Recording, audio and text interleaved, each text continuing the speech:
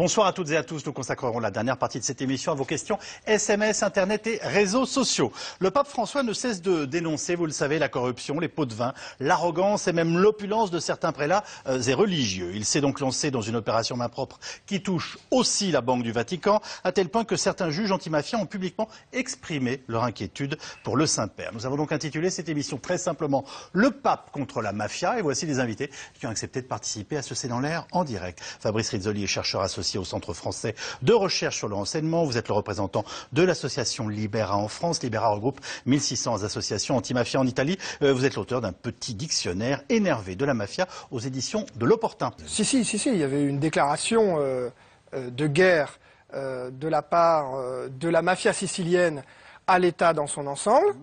Puis, comme Jean-Paul II, le 9 mai 1993, dans la vallée des Temples, dit à la population que la mafia, c'est contraire aux lois du Christ et qu'ils doivent se convertir à la legge di Dio.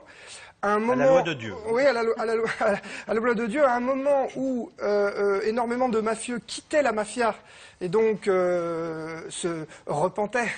Le fait qu'un pape dise que les gens devaient se convertir à la loi de Dieu, il y avait un très très gros problème pour la mafia sicilienne. Et donc elle a posé des bombes.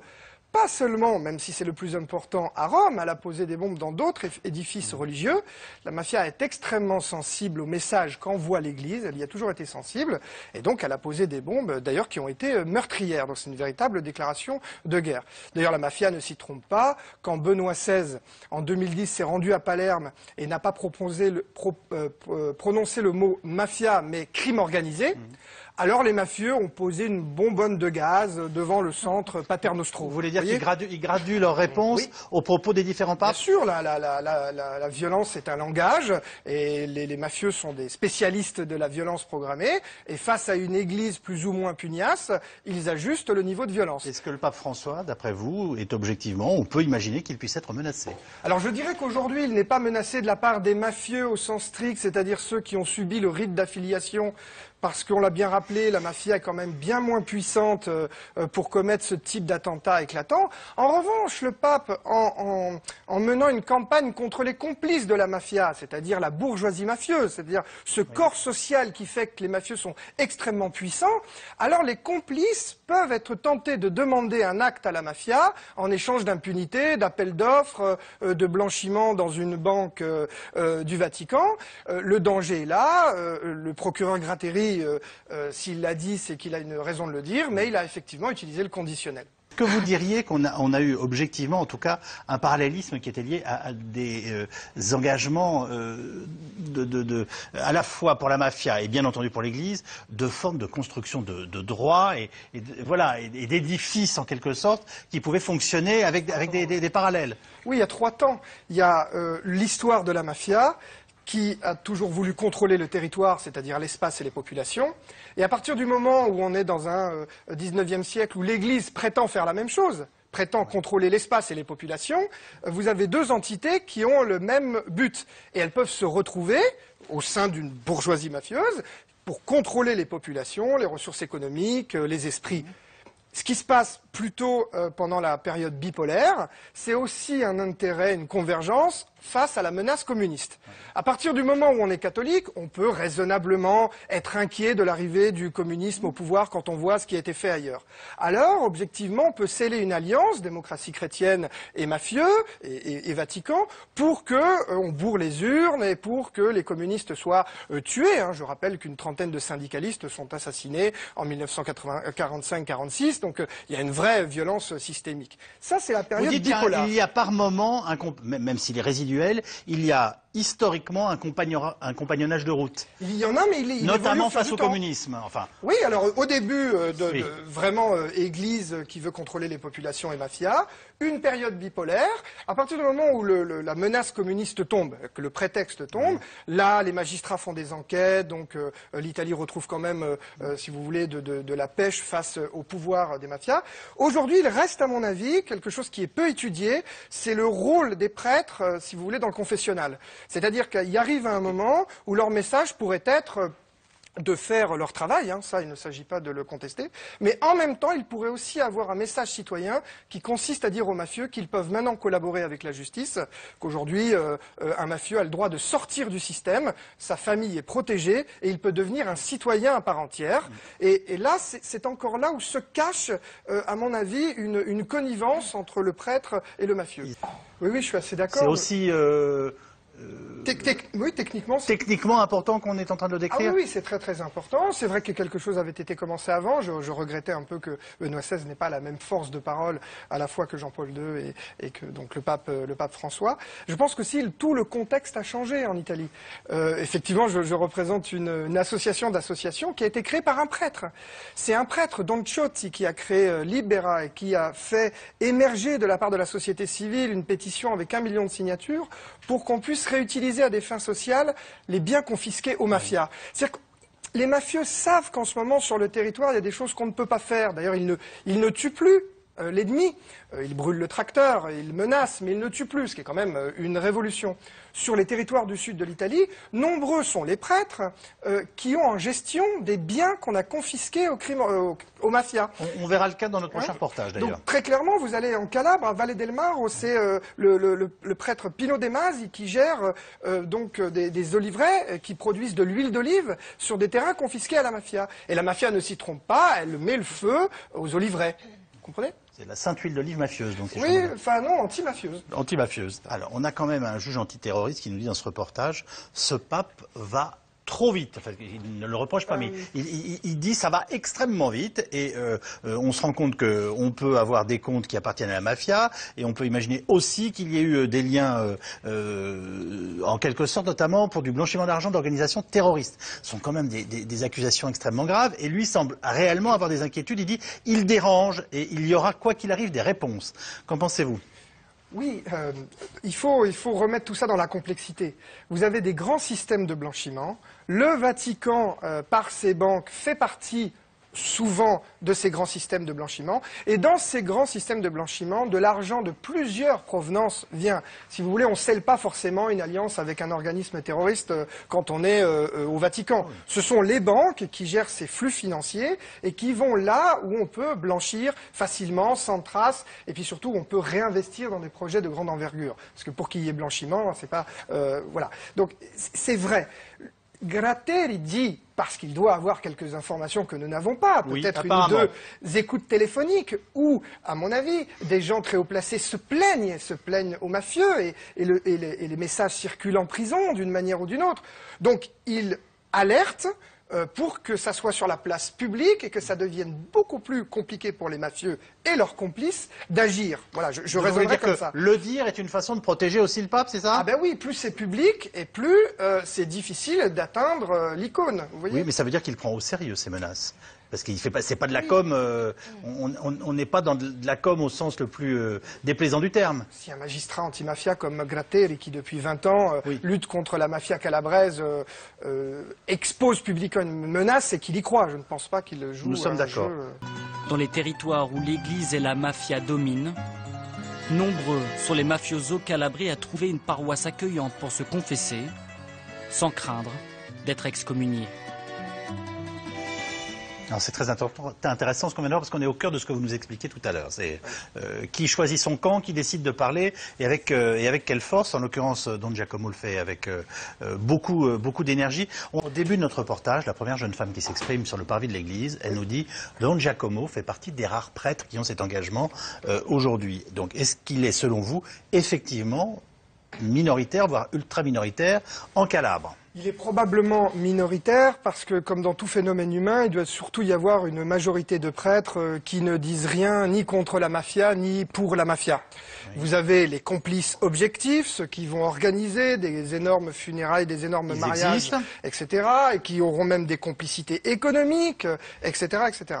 Et puis vous avez la masse des prêtres. Et puis vous avez les prêtres un peu d'avant-gardistes, de rue, ouvriers, qui, en plus de faire leur métier de prêtre, vont aussi aussi avoir une activité sociale et économique sur le territoire, visant à redynamiser le territoire, à impliquer les populations et donc à rendre les populations moins dépendantes de la mafia. Si Don Puglisi a été assassiné en 1993, c'est parce qu'il a réouvert les écoles, parce qu'il a fait du soutien scolaire à ses jeunes enfants, et c'est pour ça que la mafia l'a tué, en plus d'avoir des prêches enflammées dans son église.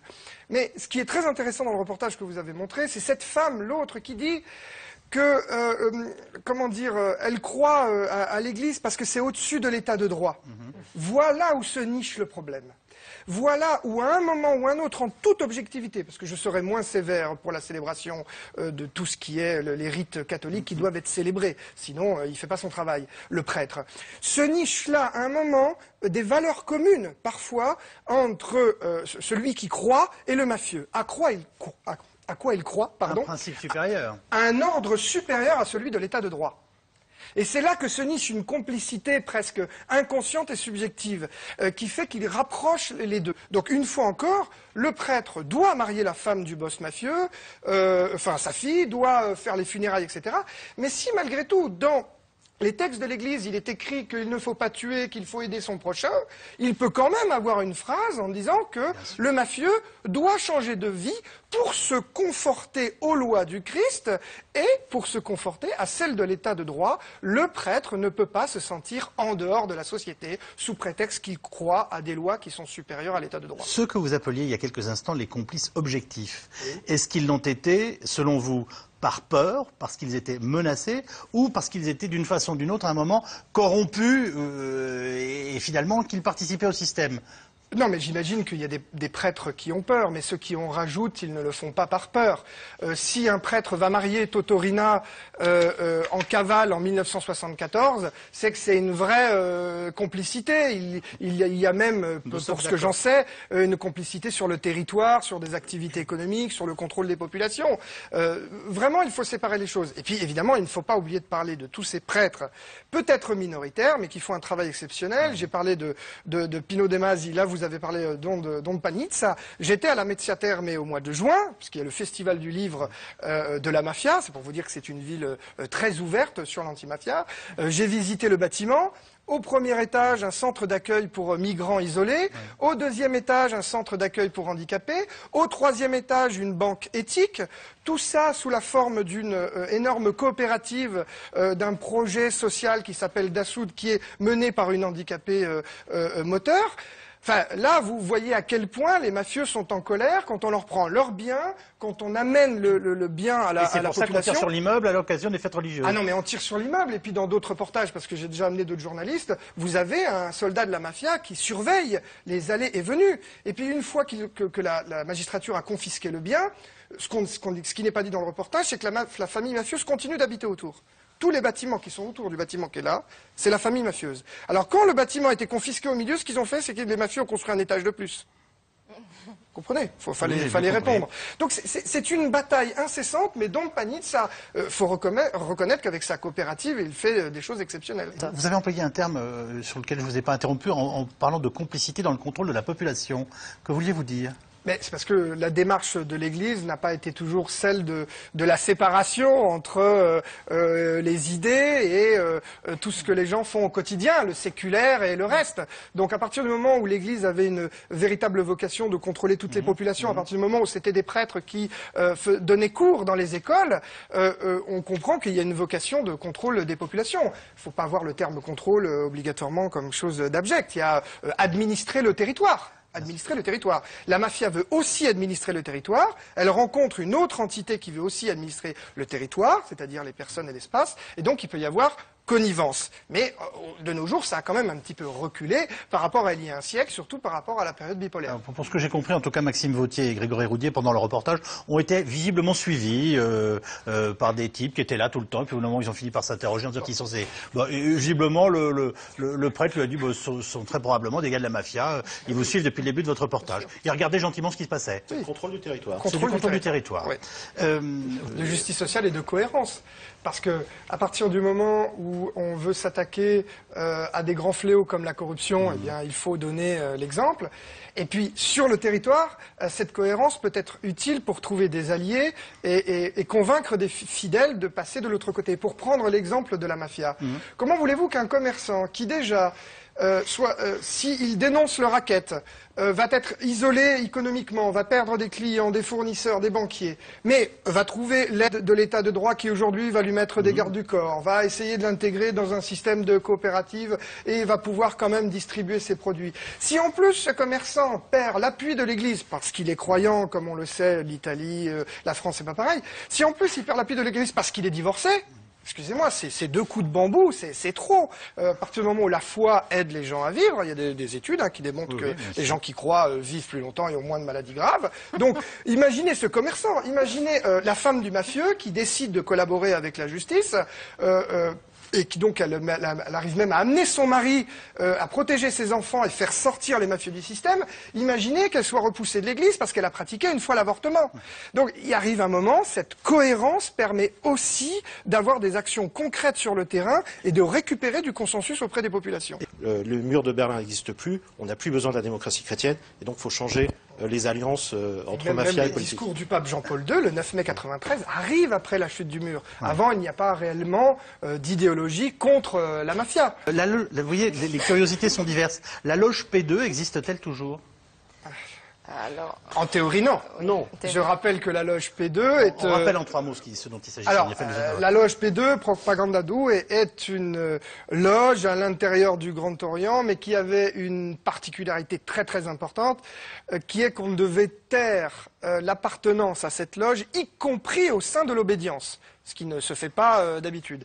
Et ce secret assez... C'est très compliqué ces affaires de loge. Ouh là là. Assez absolu. Non, normalement c'est relativement simple. Au moins la discrétion au sein de la franc-maçonnerie se joue à l'échelle de l'obédience. Là, en l'occurrence, c'était carrément un secret absolu à l'intérieur de cette loge. Mais le plus grave dans cette histoire, c'est que c'était une loge subversive. C'est-à-dire qu'elle regroupait des gens d'horizons très différents qui ont du pouvoir, hommes politiques, services de renseignement, militaires, journalistes, des gens en capacité de conditionner la vie politique italienne, et elles ont eu un rôle extrêmement important tout au long de la guerre froide. Elle est révélée dès 1982, cette loge. On trouve même le listing. Et comme la magistrature italienne fait parfois très bien son travail, il y a un procès. On découvre que M. Silvio Berlusconi appartient à cette loge. Celui-ci nie son appartenance devant le juge, ce qui lui fait être condamné. Car je rappelle qu'il n'y a pas si longtemps, c'était le seul objet de condamnation de M. Berlusconi. Aujourd'hui, elle est censée être dissoute, mais on a des enquêtes qui montrent qu'il y a eu des tentatives de recréer des loges, on va dire, comme ça, secrètes, déviées de leur objet initial. Si j'ai bien compris, ces commissions quand même, parce qu'en France, depuis la 4ème République, on sait qu'une commission c'est fait pour que surtout rien ne bouge. Donc là, on a l'impression que c'est le cas. J'ai bien dit en France. Là, en Italie, les commissions sont disponibles sur Internet, y compris celles contre la mafia, la loge P2, contre les attentats terroristes. Là, voilà, là, on a l'impression exactement du contraire. Donc, voilà un prêtre très courageux, il provoque la mafia au péril de sa vie. Est-il protégé? C'était bien entendu l'allusion à Don Giacomo qu'on voyait tout à l'heure dans notre reportage. Il est protégé, il a ses propres forces de protection, mais comme on l'a rappelé, il a décidé d'être un pape au contact donc de ses fidèles, ce qui fait qu'il a décidé d'enlever la capote, d'être voilà. Donc la question portait sur le prêtre qu'on voyait en Calabre. Hein. Ah oui, oui. Alors ils ont souvent des escortes.